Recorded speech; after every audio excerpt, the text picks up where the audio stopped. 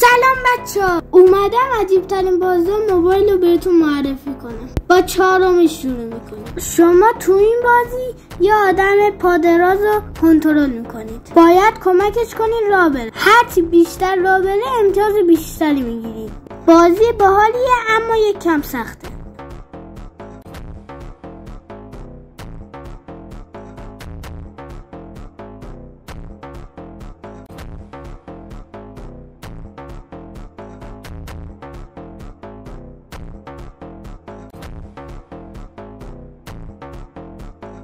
میریم سراغ سومین بازی. اینجا ما یک کاراکتری رو داریم که توی قابلمه گیر کرده. شما باید کمکش کنید تا برسه بالای کوه. فقط و فقط با کمک یک پارو. حتما این بازی رو امتحان کنید، خیلی باحاله.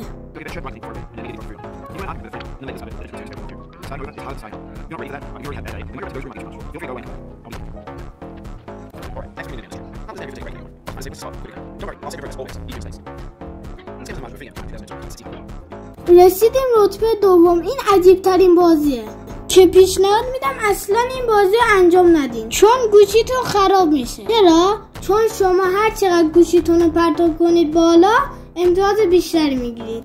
این بازی برای کلکل با دوستا خوبه، اما فکر کنم آخرش باید گوشی جدید بخرید.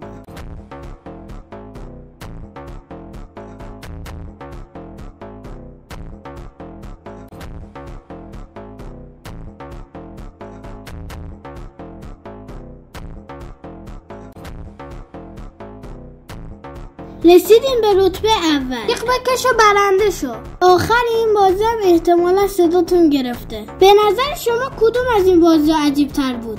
اگر بازی عجیب دیگه هم میشناسید به من معرفی کنید.